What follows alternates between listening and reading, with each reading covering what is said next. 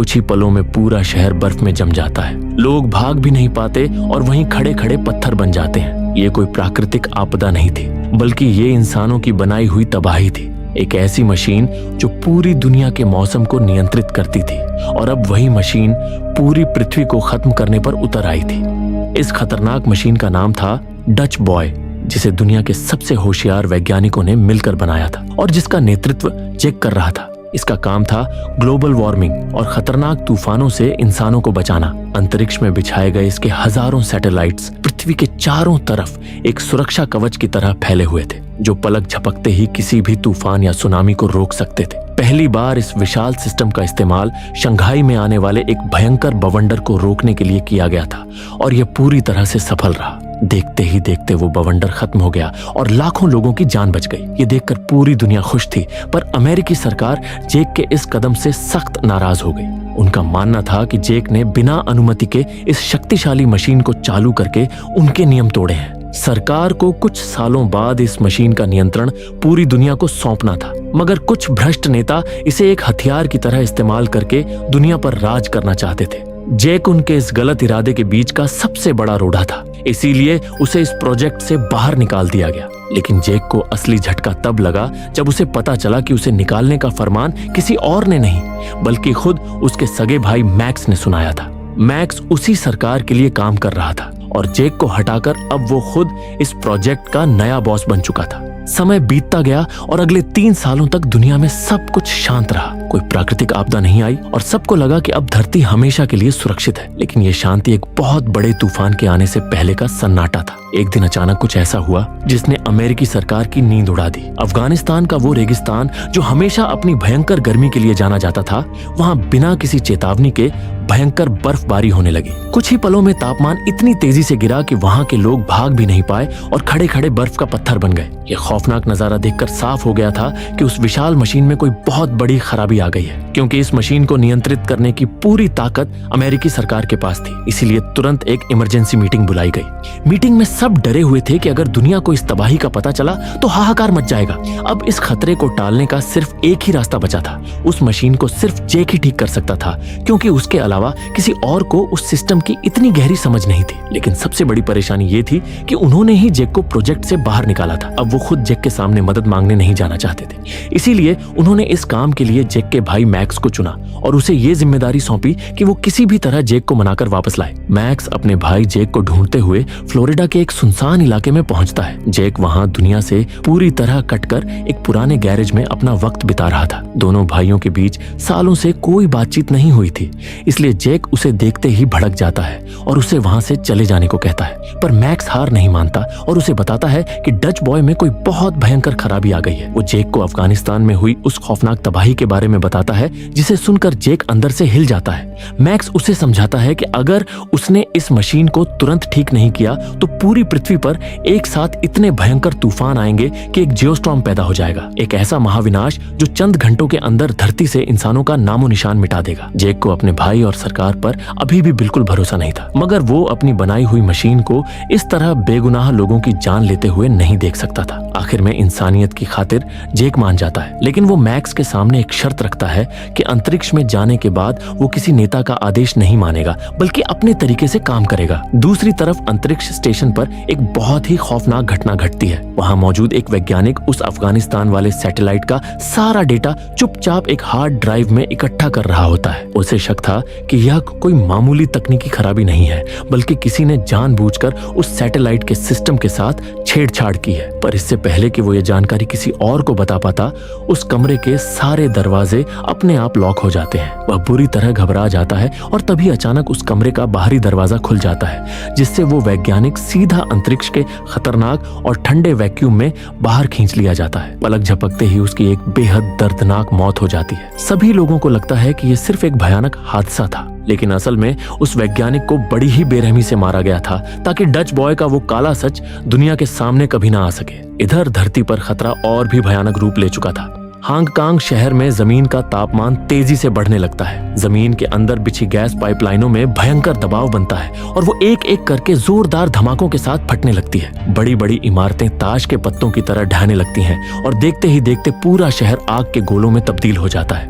Hong Kong में ही Dutch boy system का एक सीनियर इंजीनियर चेंग मौजूद था, जो किसी तरह अपनी जान बचाकर उस तबाही से बाहर निकलता है। उसे समझ आ जाता है कि यह कोई खराबी नहीं है, बल्कि किसी ने जानबूझकर इस सिस्टम पर कब्जा कर लिया है। वह तुरंत सिस्टम में लॉग इन करके इस तबाही को रोकने की कोशिश करता है, पर उसकी स्क्रीन पर एक्सेस डिनाइड लिखा आ जाता है। घबराया हुआ चेंग उसी वक्त मैक्स को कॉल करता है और उसे इस खौफनाक साजिश के बारे में बताता है। वो मैक्स को चेतावनी देता है कि किसी ने डच बॉय को एक हथियार में बदल दिया है और अगर इसे नहीं रोका गया तो पूरी दुनिया में एक भयानक जियोस्टॉर्म आ जाएगा। चेंग फोन पर मैक्स को और भी बहुत कुछ बताने ही वाला था कि तभी उसके ऑफिस में कुछ अनजान और हथियारों से लैस लोग घुस आते हैं। चेंग समझ जाता है कि वो लोग उसे मारने आए हैं ताकि ये राज कभी बाहर ना आ सके, इसलिए वह किसी तरह छिपकर अपनी जान बचाता है। कुछ ही दिनों बाद जैक अंतरिक्ष यान से उस विशाल अंतरिक्ष स्टेशन पर पहुंच जाता है। वहां कदम रखते ही उसकी मुलाकात स्टेशन की कमांडर यूटे से होती है। जैक बिना वक्त बर्बाद किए सीधा अपने काम पर लग जाता है और सबसे पहले उस अफगानिस्तान वाले खराब सैटेलाइट की जांच करने का फैसला करता है। पर जब जैक को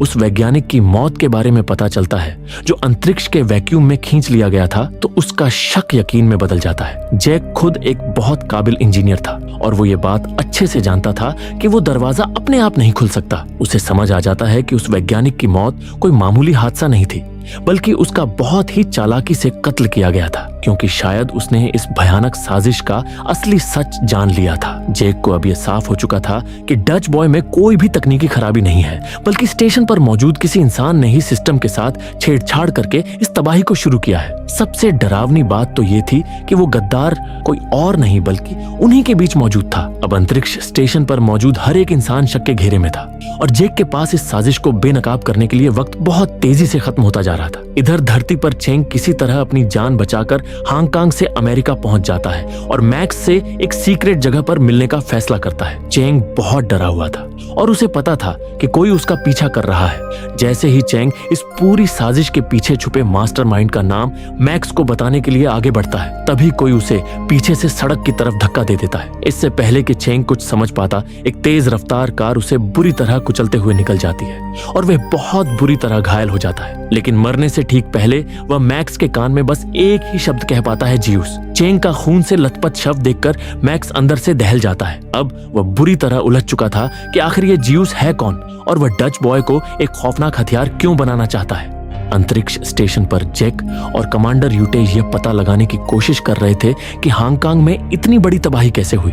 इसके लिए वो एक विशाल रोबोटिक हाथ की मदद से उस हांगकांग वाले सैटेलाइट को स्टेशन के अंदर लाते हैं ताकि उसकी जांच कर सके। पर जैसे ही सैटेलाइट अंदर आता है, वह रोबोटिक हाथ अचानक पागल हो जाता है। वो भारी लोहे का हाथ उस सैटेलाइट को किसी खिलौने की तरह पटकने लगता है और पूरे कमरे में तबाही मचा देता है। भले ही वो सैटेलाइट पूरी तरह चकनाचूर हो जाता है, लेकिन मलबे के बीच जैक के हाथ एक ऐसा सबूत लग जाता है जिससे ये साफ हो जाता है कि उस वैज्ञानिक की मौत कोई तकनीकी खराबी नहीं थी, बल्कि उसे जानबूझकर मारा गया था। इस खौफनाक सच का पता चलते ही जैक और यूटे छुपकर सीसीटीवी फुटेज खंगालते हैं। फुटेज में उन्हें साफ दिखता है कि मरने से ठीक पहले उस वैज्ञानिक ने अफगानिस्तान वाले सैटेलाइट का सारा डेटा एक हार्ड डिस्क में निकाल लिया था और उस डिस्क को उसने स्टोर रूम में कहीं छुपा दिया था। बिना एक भी पल गंवाए दोनों चुपचाप उस स्टोर रूम में जाते हैं और किस्मत से उन्हें वो डिस्क मिल भी जाती है। जब वे उस डिस्क को चेक करते हैं तो उनके पैरों तले जमीन खिसक जाती है, क्योंकि डच बॉय के सिस्टम में कोई खराबी नहीं थी, बल्कि किसी ने उसमें एक बेहद खतरनाक वायरस डाल दिया था और इसी वायरस की वजह से अफगानिस्तान और हांगकांग में इतनी भयानक तबाही आई थी। दूसरी तरफ धरती पर मैक्स भी सच के बहुत करीब पहुंच चुका था। उसने एक बेहद शातिर हैकर की मदद से सीधे व्हाइट हाउस की खुफिया फाइलों में सेंध लगा दी थी। वहां उन्हें पता चलता है कि जियूस कोई इंसान नहीं बल्कि एक खौफनाक प्रोजेक्ट है जिसका मकसद डच बॉय को एक हथियार की तरह इस्तेमाल करके पूरी धरती के मौसम को अपने फायदे के लिए नियंत्रित करना है। कोई उस वायरस के जरिए डच बॉय पर पूरा कब्जा कर रहा था ताकि धरती पर प्रलय लाई जा सके। लेकिन अब सबसे बड़ा और डरावना सवाल ये था कि आखिर ये सब कर कौन रहा है। जब जैक इस बारे में गहराई से सोचता है कि इस भयंकर तबाही का सबसे ज्यादा फायदा किसे हो सकता है, तो उसका सीधा शक अमेरिका के राष्ट्रपति पर जाता है। जैक तुरंत अपने भाई मैक्स से बात करता है और कहता है कि उसे पूरा यकीन है कि इस खौफनाक साजिश के पीछे खुद उनका ही हाथ है। दरअसल 2 हफ्ते बाद इस विशाल मशीन का नियंत्रण पूरी दुनिया की एक कमेटी को सौंपा जाना था, पर ऐसा लग रहा था कि खुद राष्ट्रपति ये बिल्कुल नहीं चाहते हैं। वो इस तबाही के जरिए ऐसा खौफनाक माहौल बनाना चाहते थे ताकि नियंत्रण सौंपने का ये फैसला हमेशा के लिए रद्द हो जाए और इस मशीन की पूरी ताकत सिर्फ उन्हीं के हाथों में रहे। इस भयंकर प्रलय को रोकने का अब सिर्फ एक ही रास्ता बचा था, और वो था पूरे सिस्टम को रिबूट करके उस खतरनाक वायरस को बाहर निकालना। लेकिन ऐसा करने के लिए एक खास किल कोड की जरूरत थी जो दुनिया में सिर्फ एक ही इंसान के पास था, और वो था खुद अमेरिका का राष्ट्रपति। ये बात जानकर मैक्स जैक से कहता है कि वो धरती पर रहकर उस कोड को हासिल करने का कुछ इंतजाम करता है। तब तक जैक अंतरिक्ष में बाकी सैटेलाइट्स की जांच करे ताकि तबाही को जितना हो सके उतना रोका जा सके। जैक अपनी योजना बना ही रहा था कि तभी अंतरिक्ष में हालात पूरी तरह बेकाबू हो जाते हैं। उस विशाल मशीन के सारे सैटेलाइट्स अचानक जैक और उसकी टीम के नियंत्रण से पूरी तरह बाहर हो जाते हैं और दुनिया के कई बड़े शहरों में एक साथ मौत का तांडव शुरू हो जाता है। सबसे भयानक नजारा जापान में देखने को मिलता है, जहां आसमान से बर्फ के इतने बड़े और भारी गोले गिरने लगते हैं कि सड़कों पर खड़ी बसें और गाड़ियां खिलौने की तरह कुचल जाती हैं और देखते ही देखते पूरा शहर मलबे में बदल जाता है। वहीं दूसरी तरफ ब्राजील में तो तबाही ने अपना सबसे खौफनाक रूप दिखा दिया था। वहां के एक मशहूर और गर्म समुद्री किनारे पर इतनी भयानक बर्फीली हवाएं चलने लगती हैं कि समंदर की उठती हुई लहरें बीच हवा में ही बर्फ का पहाड़ बन जाती हैं। लोग अपनी जान बचाने के लिए भागते हैं, पर वो खौफनाक ठंड इतनी तेजी से फैलती है कि भागते हुए लोग और आसमान में उड़ने वाले जहाज वहीं के वहीं बर्फ के पत्थर में तब्दील होकर जमीन पर आ गिरते हैं। अब यह साफ हो चुका था कि उस अनजान दुश्मन ने पूरे सिस्टम को अपने कब्जे में ले लिया है और धरती पर वो महाविनाश शुरू हो चुका है जो कुछ ही पलों में पूरी दुनिया का नामो निशान मिटा देगा। जापान और ब्राजील की तबाही के बाद अंतरिक्ष स्टेशन की स्क्रीन पर लाल रंग का जियोस्टॉर्म अलर्ट चमकने लगता है। महाविनाश शुरू होने में अब सिर्फ 1.5 घंटे बचे थे और अगर इस मशीन को नहीं रोका गया तो सारे तूफान मिलकर दुनिया के कई देशों को नक्शे से मिटा देंगे। इस भयंकर प्रलय को रोकने का सिर्फ एक ही रास्ता था, सिस्टम को रिबूट करना, और इस काम में मदद मांगने के लिए मैक्स सीधा अमेरिका के विदेश मंत्री के पास जाता है। वह मंत्री उसे बताता है कि सिस्टम का किल कोड कोई पासवर्ड नहीं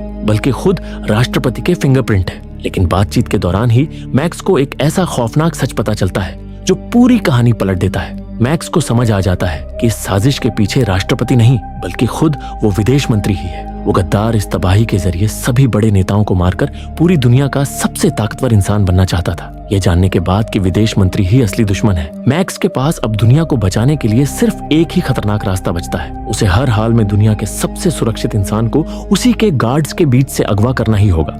इस नामुमकिन काम को अंजाम देने के लिए मैक्स सीधे अपनी मंगेतर सारा के पास जाता है, जो राष्ट्रपति की सुरक्षा में तैनात एक सीनियर अफसर थी। मैक्स उसे पूरी सच्चाई बताता है कि राष्ट्रपति की जान खतरे में है और दुनिया को बचाने के लिए उन्हें हर हाल में उनके फिंगरप्रिंट चाहिए। सारा खतरे को समझ जाती है और सुरक्षा का बहाना देकर राष्ट्रपति को भीड़ के बीच से निकालते हुए चुपचाप पार्किंग में ले जाती है, जहां मैक्स कार लेकर पहले से उनका इंतजार कर रहा था। वो तीनों जैसे ही वहां से निकलते हैं तभी उस गद्दार के इशारे पर डच बॉय शहर पर अपना कहर बरपाना शुरू कर देता है। आसमान से अचानक अनगिनत खौफनाक बिजलियां गिरने लगती हैं। ये बिजलियां इतनी ताकतवर थीं कि वो पल भर में बड़ी बड़ी इमारतों और स्टेडियम को राख में मिला रही थी और पूरे शहर में हर तरफ चीख पुकार मच जाती है। दूसरी तरफ विदेश मंत्री के गुंडों को जैसे ही भनक लगती है कि राष्ट्रपति बचकर निकल गए हैं, वो भारी हथियारों के साथ उनकी कार के पीछे लग जाते हैं। आसमान से मौत बनकर गिरती बिजलियां और पीछे से लगातार हो रही ताबड़तोड़ फायरिंग के बीच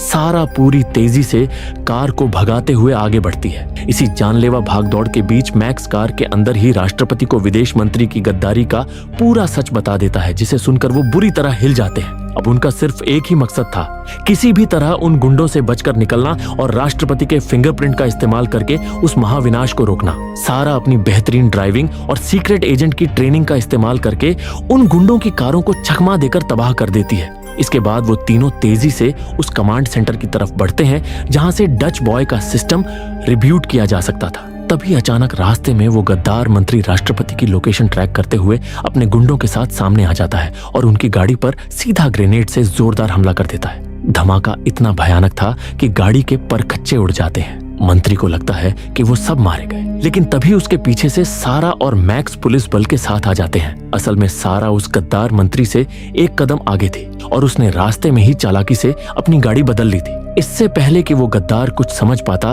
पुलिस उसे रंगे हाथों गिरफ्तार कर लेती है। विदेश मंत्री का खेल तो हमेशा के लिए खत्म हो जाता है, पर असली तबाही का खतरा अभी भी टला नहीं था। क्योंकि उसी वक्त स्पेस स्टेशन पर अचानक तेज सायरन बजने लगता है। स्टेशन को तबाह करने वाला सेल्फ डिस्ट्रक्ट सिस्टम अपने आप चालू हो गया था। जैक उसे बंद करने की कोशिश करता है, पर स्क्रीन पर एक्सेस डिनाइड लिखा आ जाता है। सबसे बड़ा खौफ यह था कि अगर स्पेस स्टेशन तबाह हो गया तो डच बॉय मशीन को कभी नियंत्रित नहीं किया जा सकेगा और धरती पर महाविनाश आ जाएगा। तभी टीम का एक इंसान घबराकर जेक से पूछता है कि आखिर उसने ऐसा सिस्टम बनाया ही क्यों। इस पर जेक बताता है कि यह सिस्टम इसलिए बनाया गया था ताकि अगर कभी स्टेशन नीचे गिरे तो वो धरती से टकराने के बजाय अंतरिक्ष में ही जलकर राख हो जाए। यह बताते ही जेक का दिमाग ठनकता है और उसे समझ आ जाता है कि इतने मुश्किल सिस्टम के साथ सिर्फ डंकन नाम का वैज्ञानिक ही छेड़छाड़ कर सकता है। जेक तुरंत बाकी सभी वैज्ञानिकों को स्पेस शटल से अपनी जान बचाकर भागने का हुक्म देता है और खुद जोखिम लेकर डंकन को ढूंढने निकल पड़ता है, क्योंकि स्पेस स्टेशन अब धीरे धीरे तबाह हो रहा था। जेक डंकन को ढूंढ निकालता है और उस पर टूट पड़ता है। डंकन ही वो गद्दार था जिसने पैसों के लालच में सिस्टम में वो खतरनाक वायरस डाला था। दोनों के बीच जानलेवा हाथापाई शुरू हो जाती है और इसी बीच बंदूक से एक गोली चल जाती है जो सीधे स्टेशन के शीशे पर जा लगती है। शीशा टूटते ही अंतरिक्ष का भयानक वैक्यूम सब कुछ अपनी तरफ खींचने लगता है और वो गद्दार डंकन उसी टूटे शीशे से बाहर अंतरिक्ष में खींचकर मारा जाता है। जियोस्टॉर्म आने में अब बस कुछ ही पल बचे थे और पूरी दुनिया में मौत का तांडव शुरू हो चुका था। कहीं खौफनाक बवंडर सब कुछ उखाड़ रहे थे तो कहीं भयंकर सुनामी पूरे के पूरे शहरों को निगल रही थी। तभी मैक्स हेलीकॉप्टर से राष्ट्रपति को लेकर सीधे कमांड सेंटर पहुंचता है। बिना एक भी सेकंड गवाए राष्ट्रपति अपने फिंगरप्रिंट का इस्तेमाल करके स्पेस स्टेशन पर इंतजार कर रहे जेक को किल कोड ट्रांसफर कर देते हैं। जेक और कमांडर यूटे उस कोड को तुरंत सिस्टम में अपलोड कर देते हैं और महाविनाश शुरू होने से ठीक कुछ सेकंड पहले डच बॉय के सारे सैटेलाइट्स एक एक करके वापस कंट्रोल में आ जाते हैं, जिससे धरती पर तबाही अचानक थम जाती है। उन्होंने दुनिया को तो बचा लिया था, पर अब उनकी खुद की मौत पक्की थी।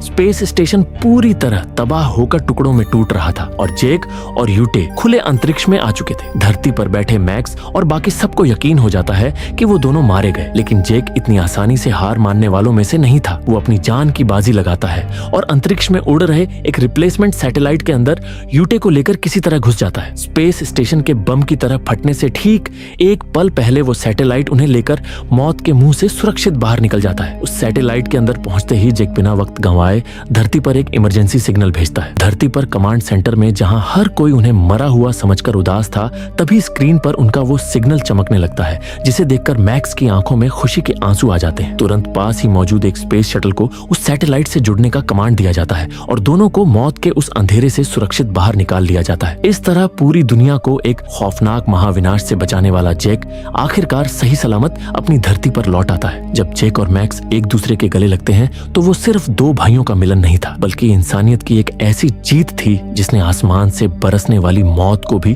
घुटने टेकने पर मजबूर कर दिया था। अगर आपको ये कहानी पसंद आई हो तो लाइक करना ना भूलें और ऐसे ही थ्रिलिंग एक्सप्लेनेशन देखने के लिए मूवीवर्स थ्रिलर को सब्सक्राइब करें। मिलते हैं अगली वीडियो में, तब तक के लिए कीप वॉचिंग मूवीवर्स।